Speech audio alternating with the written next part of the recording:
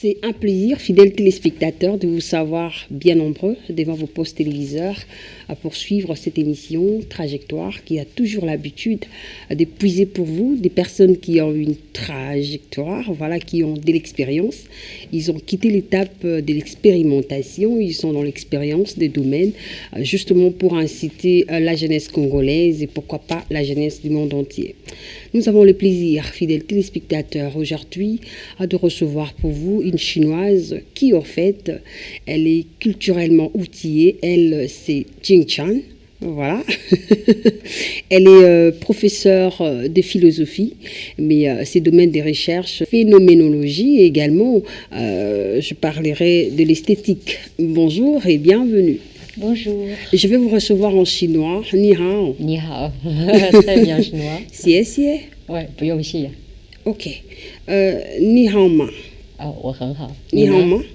很好，你呢？ Alors, fidèle téléspectateur, elle veut me dire qu'elle va mieux et elle dit merci parce que je viens de le recevoir dans cette émission Trajectoire. Alors, parlez-nous un peu de votre déplacement pour venir à Kinshasa.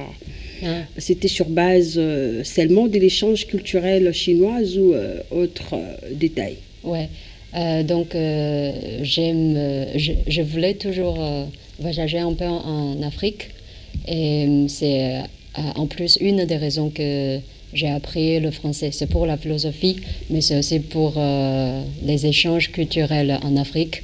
Mais auparavant, je n'ai pas eu vraiment de l'occasion.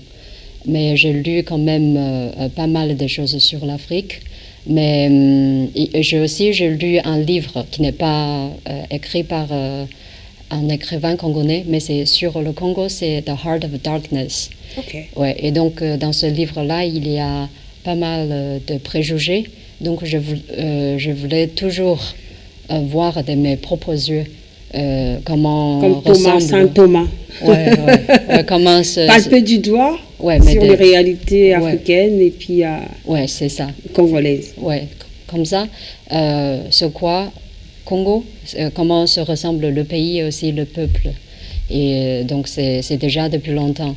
Et cette année, il y a une occasion, j'ai des amis belges qui sont venus au Congo et ils m'ont demandé est-ce que je voudrais rejoindre à eux, les rejoindre. Donc je me suis dit pourquoi pas, parce que c'est une très bonne occasion, puisque un des amis qui sont venus, il est un très bon musicien, donc il a beaucoup des amis musiciens. Et pour moi, c'est très bon aussi, parce que comme ça, je peux m'en profiter de connaître encore plus de gens et encore plus de musiciens, parce que la musique, c'est vraiment très important pour Congo et aussi pour l'Afrique entière. Mais il y a des téléspectateurs qui se posent des questions. Comment est-ce que vous aviez appris la langue française? Parce que moi, j'ai été à Pékin et j'ai vu des Chinois, des Chinoises qui parlent aussi bien français. Mais finalement, comment vous aviez fait? Parce qu'on peut également emprunter votre langue. Hein? Pour moi, c'est un peu spécial, parce que, en fait, mon domaine de recherche, au début, c'était la phénoménologie allemande. Donc, j'avais appris allemand avant que j'ai appris français. Mais c'est petit à petit, je me suis rendu compte que je m'intéresse plus à la phénoménologie française. Donc c'est quand j'étais à Berlin, parce que j'ai fait des séjours académiques à Berlin aussi. J'ai étudié pendant 1 an à Berlin, en Allemagne. Et c'est là que j'ai commencé à apprendre français. Et puis après, j'ai fait mon doctorat en France, à la Sorbonne. Donc c'était pendant 6 ans. 6 ans. Ouais, donc c'est pas mal de temps. C'est la raison pour laquelle je parle français.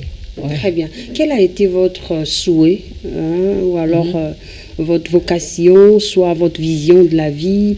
Vous avez souhaité devenir qui? C'était vraiment ce que vous êtes aujourd'hui, professeur, ou c'était autre chose? Et bien, l'avenir vous a amené dans ce que vous êtes aujourd'hui, soit les parents qui vous ont imposé? En fait, j'ai eu de la chance, parce que mes parents, ils ne sont pas très stricts. Ok. Ouais, et parce que j'étais toujours un enfant un peu spécial. Je voulais faire des choses. Vraiment, vous êtes la seule en fait. Ouais. Parce que pendant 40 ans presque, ou plus, un peu plus que 40 ans, il y avait la politique de l'enfant unique. Tout à fait. Ouais, et donc je suis enfant Vous êtes unique. bénéficiaire de cette opportunité. Non, c'est pas bénéficiaire parce que Disons ça comme ça, parce que vous aviez été chérie par vos parents. Mais d'un autre côté, j'étais très seule aussi quand j'étais petite. Ah d'accord, isolée. Oui, un peu isolée, oui. Mais je pense que ce n'est pas parce que je suis le seul enfant dans la famille. Je pense que c'est plutôt un esprit ouvert dans ma famille, dans le côté de mon papa et le côté de ma maman aussi. Je pense que c'est plutôt comme ça. Donc, ils m'ont laissé faire ce que je voulais toujours. Ouais. Ils me donnent des conseils, mais c'est pas un droit, c'est pas une règle qui l'impose. Qui m'impose. Donc je pense que je voulais être ce que je suis. Ce que vous êtes aujourd'hui. Ouais. Ah mais bravo. Peut-être pas complètement. Parce que moi je voudrais devenir écrivaine aussi. Ok. Ouais. Mais jusqu'à maintenant, ce rêve n'est pas encore complètement accompli. Ouais, accompli, réalisé. J'ai écrit de courtes histoires et se sont publiées. J'ai même gagné un petit prix, mais ce n'est pas encore suffisant, on peut dire. Ouais, non, pas du tout suffisant. Je souhaiterais avoir plus de temps pour écrire, parce que pour écrire, il faut vraiment beaucoup de pratique. Ah d'accord. Ouais. Vous avez quel âge?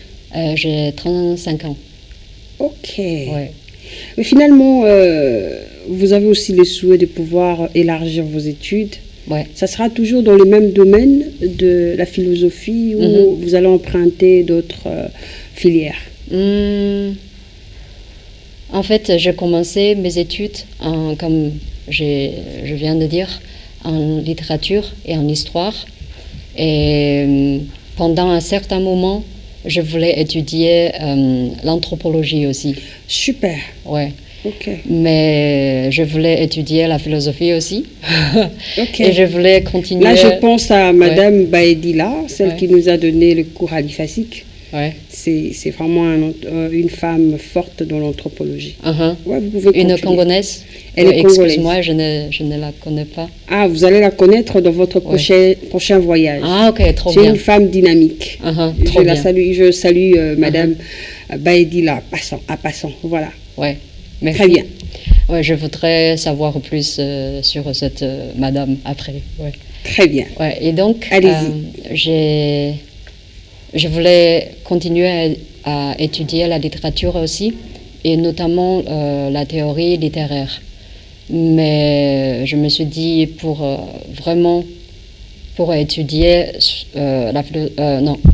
l'anthropologie ou la théorie littéraire, pour étudier tous les deux, il faut avoir des connaissances profondes de la philosophie, parce que sinon on ne pourrait pas avancer vraiment avec profondeur.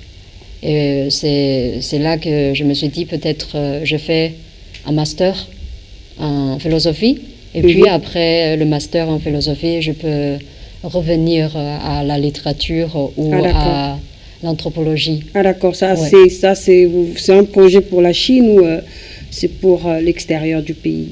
Soit la France. Ouais, vous allez le faire où? C'est à l'intérieur de Chine aussi, mais surtout en Amérique latine et en Afrique aussi. Parce que en Chine, on a principalement 5-6 groupes ethniques, et le Han, c'est la majorité. Okay. Et il y a d'autres, on dit minorités, et ils ont vraiment beaucoup de culture. Ils dansent bien, ils chantent bien. Ouais, j'ai visité ça. Ah, ouais, voilà. Donc c'est très intéressant pour moi. Et d'une certaine manière, je pense que les cultures en Afrique et aussi les cultures en Amérique latine ressemblent un peu dans ce côté de la joie et de la danse, de la musique. Ouais, donc c'est à ça que je m'intéressais. Ouais. Alors, fidèles téléspectateurs, je reçois pour vous Madame Jing Shan. Elle est chinoise, voilà, elle a une trajectoire. Je crois que vous allez comprendre assez mieux par rapport à ses réponses. Mais finalement, la Chine apprend toujours le chinois, des métiers. Hein, donc vous êtes fort dans des métiers et tout. Ouais. Quel genre de métiers avez-vous appris lorsque vous étiez enfant et que vous avez développé en dehors de la science?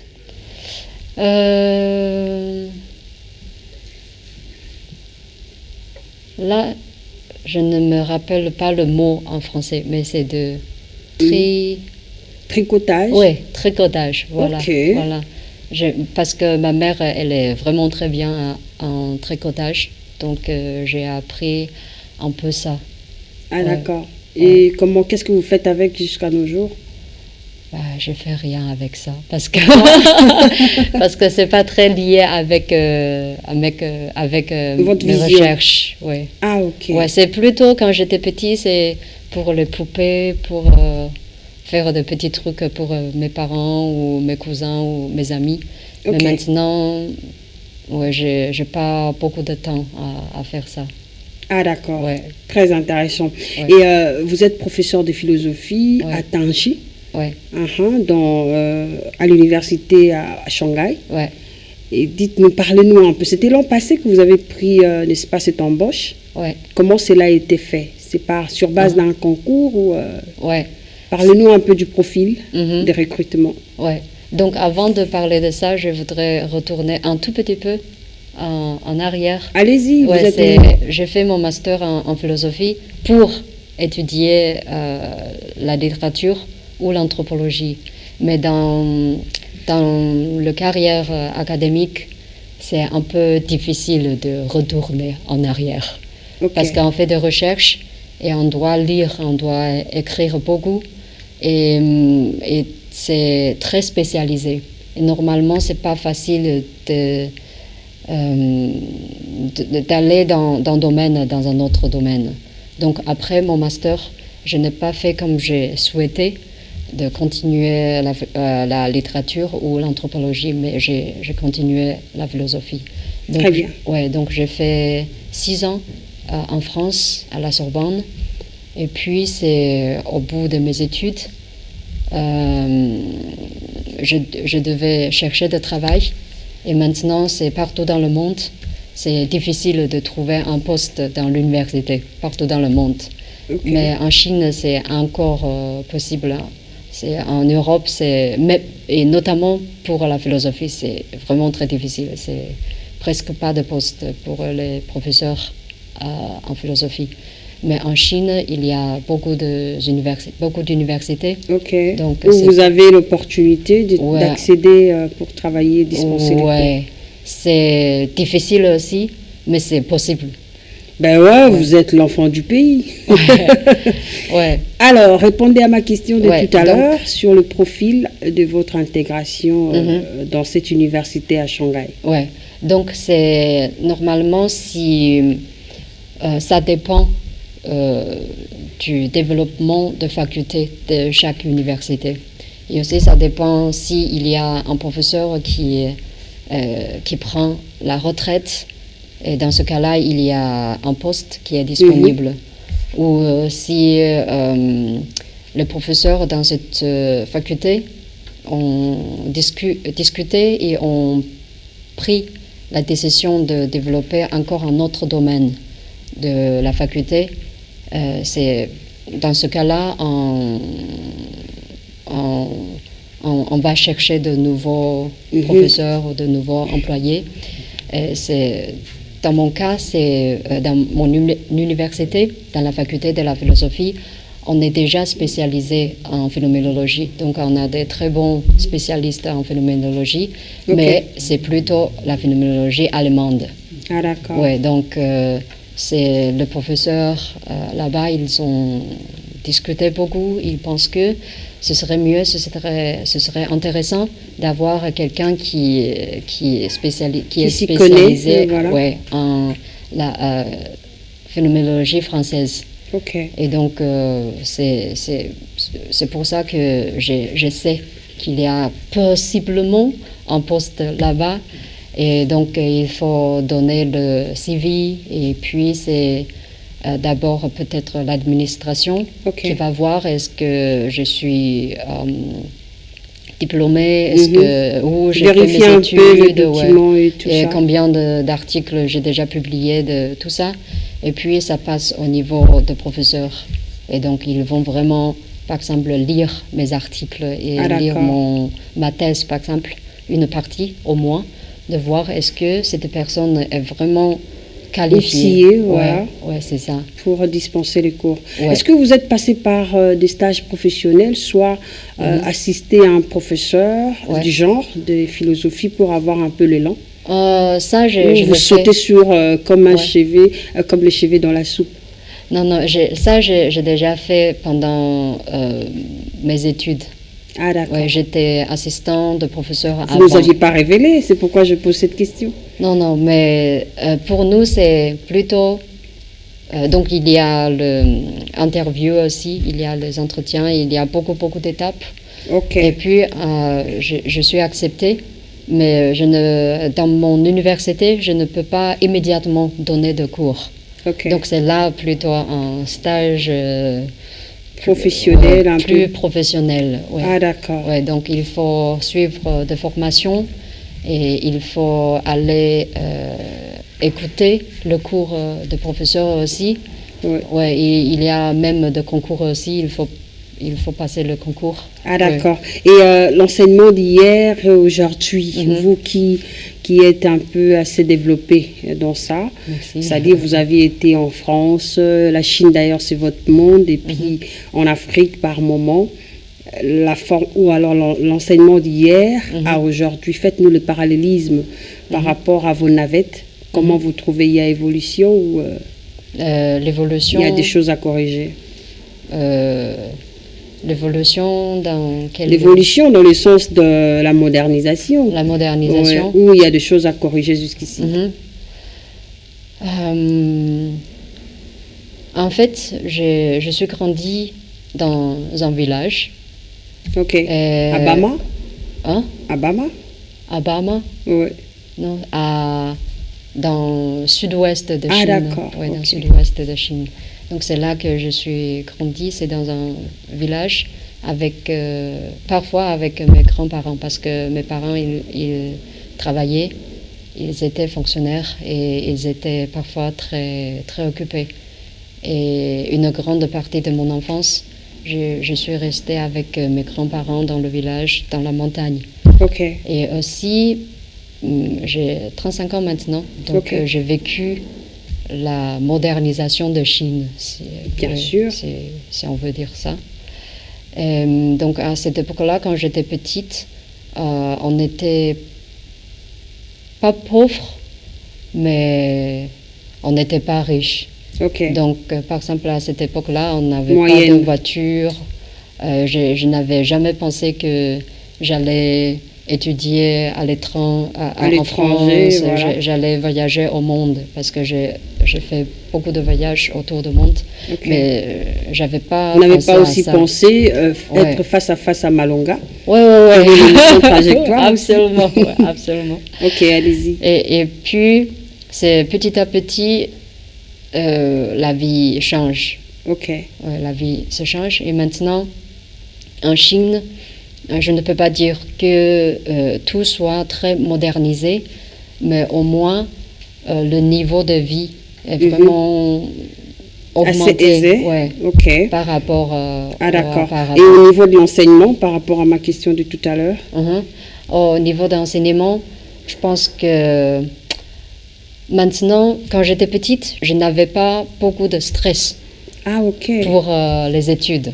Mais c'était peut-être aussi parce que je ne vivais pas dans une grande ville. C'est dans le village, dans la montagne. Et donc, c'est pas grave. Mais maintenant, notamment maintenant, en Chine, on dit juan, ça veut dire c'est très compétitif. Ok, Et c'est d'accord. depuis l'enfance. Donc, on enseigne les enfants beaucoup de choses. Ok. Depuis le kindergarten, c'est D'accord. comme crèche. C'est Mhm. même avant l'école primaire. On donne beaucoup de connaissances. Et à part de l'école, ils Ok. font aussi beaucoup d'autres choses De aussi. formation Ouais, à c'est côté. à peu près l'enseignement maintenant en Chine, mais pas dans mon enfance, par exemple. Ah, d'accord. Ouais. Mais à l'extérieur du pays, Ouais. l'enseignement, selon vous, ça évolue? Parce que moi, j'ai seulement vécu une partie de mon master et mon doctorat Ok. à l'étranger. Donc, c'est en fait la comparaison entre la Chine et l'Europe. Je pense que le système d'éducation chinoise, c'est plutôt entre le système européen et le Ok. système anglais-américain. Ah, d'accord. Ouais, parce que le système anglais-américain, ils ont vraiment un système. Ouais. Donc, il y a même pour le niveau de doctorat, il y a des cours à suivre. Mhm. C'est très strict, il y a toujours des concours et il y a toujours des examens. Mhm. Mais la tradition européenne, c'est plutôt libre. Ah, d'accord. Et la Chine, comparablement Mhm. à l'Afrique, Ouais. vous pouvez dire quelque chose Euh, sur le plan enseignement? Sur le plan enseignement, c'est un peu dommage. En fait, je voulais visiter une école aujourd'hui. Ok. Ouais, mais parce que c'est le jour férié au Ah, Congo, d'accord. donc je n'ai pas pu. Donc je n'ai pas vraiment assisté des enseignements, soit à l'école, soit à l'université. Ah, d'accord. Donc ça va venir et puis vous Ouais. nous direz ça prochainement. Ouais. Ah, d'accord. Alors, votre J'espère. première prestation ou alors dispensation du cours dans la salle, dans l'auditoire avec des étudiants, Mhm, vous étiez stressé? Vous Mhm. avez eu peur? mhm, Parce qu'il y a de jeunes qui veulent être professeurs comme vous, ouais, si possible, professeur international. ouais. Vous avez eu peur? C'était comment? Pas vraiment. Je dois dire que j'ai des étudiants qui sont vraiment très brillants. Mhm. Ouais, Non, vous personnellement, pas encore les étudiants. On parle de vous. ouais, La première fois de votre vie, dispenser le cours dans un Ouais. auditoire. ouais. Mais je voulais dire que j'ai des étudiants qui sont vraiment très brillants. Mhm. Normalement, ça fait peut-être un peu peur, mais pour moi, c'était pas peur. C'était C'est quoi? plutôt une volonté d'échanger encore plus avec eux. Ok. Parce que pour moi, j'ai toujours pense que je suis comme 20 ans, 18 ans, quelque chose comme ça. Donc je me pense Vous pensez toujours que très vous jeune. êtes- Ouais, je pense vous- qu'à à peu vous près êtes le en- même âge que. Ah, d'accord. Ouais, donc quand je donne des cours, ce n'est pas que je sois Mhm. Vous une rejoignez leur enseignante âge? ou une Ok. professeure et je sois comme ça et je donne des connaissances. Pour moi, c'est plutôt des échanges. Mhm. Ouais, donc je n'ai pas peur. Et c'est très, c'est magnifique en fait pour moi de voir des étudiants, comme vous venez de dire, Mhm. qui veulent devenir des professeurs, qui Tout à fait. veulent Aller de l'avant avec ouais. leurs compétences et Ouais. aussi dans votre domaine. Ouais. Alors, quelles sont les difficultés que vous rencontrez? Parce que vous faites également des voyages par-ci par-là et par rapport à votre mission, c'est facile? Vous êtes soutenu par, je ne sais pas moi, votre pays, soit votre famille? Parlez-nous-en. Ah, ok. Ça dépend quel voyage, parce que je voyage beaucoup. Mais maintenant, par exemple, c'est pour le loisir. C'est plutôt moi-même qui finance? qui finance. Ah, d'accord. Mais par exemple, mes études en France et aussi mes études en Allemagne, c'est financé par notre gouvernement. Ah, d'accord. Ouais, donc j'ai eu des bourses. Mais bien sûr, ma bourse pour mon doctorat, c'est 4 ans. Normalement, 4 ans, c'est le maximum. Ok. Et donc, j'étais financée par le gouvernement pendant 4 ans. Et les deux ans après, je devais travailler un peu pour financer mes études. Tentons lentement sûrement vers la fin de notre entretien d'aujourd'hui, la trajectoire 2024 avec Madame Jing Shan, la chinoise. Alors, partout où vous allez, vous mangez que la nourriture chinoise? Non, non. Vous métissez votre assiette? Parlez-nous-en. C'est aussi important d'en savoir. Ouais. Parce que comme tous les Chinois, on aime bien manger et on aime bien essayer de nouvelles choses aussi. Et donc, peu importe où je vais, j'essaye de la cuisine locale. Par exemple, ici au Congo, j'aime bien. Vous avez goûté la cuisine Congo? Ouais. Comme quoi, le pondu? Le pondu avec des haricots, ça s'appelle pondu. Ah, pondu à madesu. Madesu, par exemple. Et aussi parce que pour moi, c'est un peu difficile de retenir le nom de plat. Si je vois, je reconnais. Et les légumes? Ouais. Les légumes, le poisson? Le poisson, le makayabu. Le makayabu. Makayabu? Vous dites makayabu? Makayabu, c'est comme ça. Oui, c'est ça, la en fait. prononciation n'est pas Ben correcte. ouais, ça va. Ah, ok, d'accord. Okay. Mais on a essayé aussi de chèvre. La chikwang? Je crois que c'est nécessaire. Nataba. Et foufou. Poulet maillot? Poulet maillot. Pas encore poulet maillot, en fait. Okay. C'est un peu bizarre, mais je pense qu'on va essayer soit ce soir, soit demain avant que je parte. Ah, d'accord. Parce que vous quittez le pays, je crois, dans 2 jours. Vous avez connu Lumumba? Non. Notre héros national?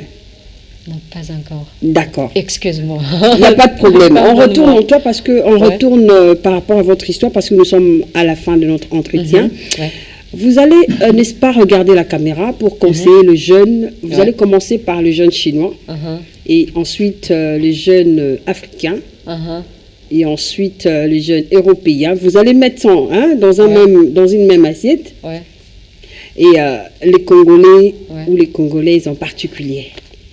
Par rapport au courage, voilà, dans les domaines que vous êtes, et ils veulent emprunter, d'autres sont déjà dans ces domaines. Les encourager pour l'évolution, pour le développement, parce que nous sommes la chaîne du développement. Et voilà, vous avez la parole. Conseil, je pense que je ne suis pas dans la position de donner des conseils. Mais un encouragement, hein, vous avez de l'expérience. Je voudrais simplement partager un peu mes expériences, mon expérience. C'est simplement d'avoir le courage de rêver. Parce que parfois, on pense que peut-être les autres pensent que toi, tu es un peu fou. Ou folle, et tu rêves de choses qui n'est pas réalisable. Réalisable, mais il faut avoir le courage de rêver, mais aussi la force aussi d'insister, de réaliser ce rêve. Par exemple, quand j'ai dit que je vais apprendre allemand dans 2 ans et puis je vais étudier la philosophie en Allemagne. Et beaucoup de gens m'ont dit « Ah, c'est pas possible d'apprendre une nouvelle langue dans 2 ans. » Et puis, ce n'est pas possible. Mais moi, j'ai dit que oui, c'est possible. Je vais faire de mon mieux pour y arriver. Et puis, si j'arrive pas, tant pis. J'ai déjà essayé. Et puis, après aussi, j'ai dit que je vais apprendre français dans 1 an. Et puis, je vais faire mon doctorat en France. Vraiment? Oui. Et puis tout le monde m'a dit c'est pas possible, c'est pas réalisable. Mais moi quand même je dis que c'est mon rêve de faire ça et je vais tout donner pour y arriver. Et puis si ça n'arrive pas, si ça n'arrive jamais, c'est tant pis. Ce qui est important, c'est de rêver et d'essayer d'y aller. Mais le résultat, je pense que c'est pas si important. Ah d'accord. Le professeur Baloufou, je crois que nous avons eu cette opportunité de l'avoir pour une émission spécial héros national. Je parlerai de l'héros Lumumba. Alors, il aimerait vous écouter en allemand. Et tous les téléspectateurs, ça sera très intéressant. Juste un petit mot en allemand, comme ça, on va juste voir que bravo, elle est dans les bons. Okay, donc guten Tag und es hat mich sehr gefreut mit Madame Malunga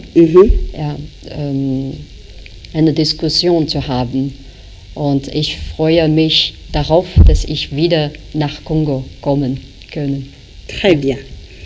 Ah, pardon, dass ich wieder nach Kongo kommen kann. Ok, interprétez ça en français parce que vous dites que vous êtes venu dans l'émission de Malunga au Congo RDC. Ouais, à peu près comme ça. Ouais, donc c'est ce que j'ai compris. J'étais ravie d'avoir une discussion avec Madame Malunga, avec vous. Et puis, j'ai hâte de revenir au Congo déjà. Ah d'accord. Et vous allez dire ça en chinois pour faire plaisir également à tous nos amis de la Chine. 非常高兴能有这个机会跟 Madame Malunga 一起来聊天，然后我非常的希望，因为我明天就要回国了，我很希望以后再有机会来到刚果。Oui. 谢谢你对 RTNC tout Tchétché. Très bien, merci beaucoup. Je dis quoi? Dis aux téléspectateurs. Donc, Madame en chinois. Non, en français, je vous ai dit quoi? Donc, Madame Malunga parle très bien chinois. Donc, tout à l'heure, elle vient de dire que elle me remercie pour mon soutien à RTNC. Oui, RTNC. Voilà, c'était un plaisir de vous recevoir. Vous êtes également parmi, n'est-ce pas, les personnes qui participent dans l'échange culturel chinois. Un message à tous vos amis de l'espace culturel. Et puis, on va finir avec vous aujourd'hui. Ok, merci. Dites un mot à eux. Et puis on va eux aussi. Ah, ok, pardon. 刚果跟我想象的很不一样，然后我觉得是一个很值得就来拜访的国家，然后希望以后有更多的文化之间的交流。OK， oui， 谢谢。谢谢你。Alors, c'était un plaisir de partager ces plateaux avec Madame Jing Shan. Elle est chinoise, professeure de philosophie à Tongji, voilà, à Tongji, à l'université de Shanghai. Donc, c'est en Chine.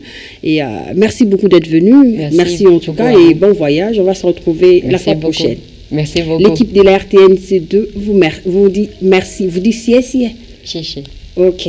Alors, c'est par ici que nous mettons un terme à notre émission Trajectoire 2024 avec Madame Jing Shan. Alors, je vous aime énormément. Portez-vous bien. Je crois que la fois prochaine, ça sera votre tour. Au revoir.